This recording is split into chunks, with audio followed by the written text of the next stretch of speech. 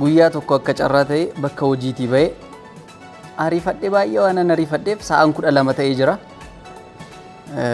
Akka carraa ta'e soomatu jira.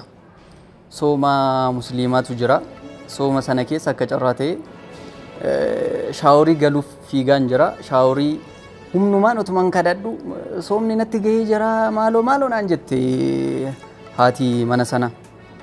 Maaloo daqiiqaa baay'een turu har'uma akkuma ta'etti na godhu jedhee tanan kadhadheetuman gale. Ergan galee booda isheen baay'ee waan jarjaraa turteef shaaworii na galchitee sooma ishiitiif ariifattee isheen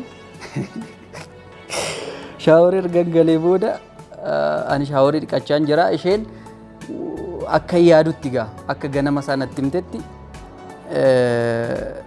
baay'ee waan ariifatteef baay'ee waan jarjarteef waan na galchite iyyuu itti fakkaanne ishee shaaworii ergan galee isheen balbala ishii qoqqollofattee cuccufattee baay'ee waan ariifatteef isheen deemte nagatte.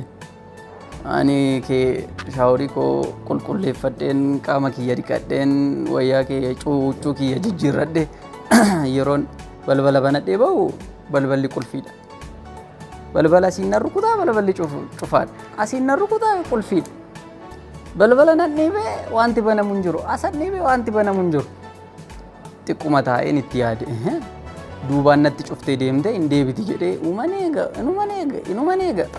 Maatiin akka carraa ta'ee manaatii natti bilbiluu mucaan maal ta'ee jedhu ani kaasuudhaaf maal jedheen kaasa. Shaaworii irratti natti cufanii akkamittiin an kaasa. Hin dhuftin jedhaa utuman akkana jedhu. Sa'a 12 kanan seene gara sa'a 5 ta'e halkan keessa. Waan hin godhu dhabe waan ta'eef uffata koo jijjiirradhe sana uffata qabadheen jira huccuu qabadheen jira isa uffadhee tanan bilbila kiyya switch off godheen xiggi tokko qabadhee tanan balbala jala galee tanan taa'e. Achi akkasittiin mudannoo kana achuman bulee halkan guutuu achi bulee tanan achi taa'aa bulee tanan shaaworiin akkasittiin irratti cufame.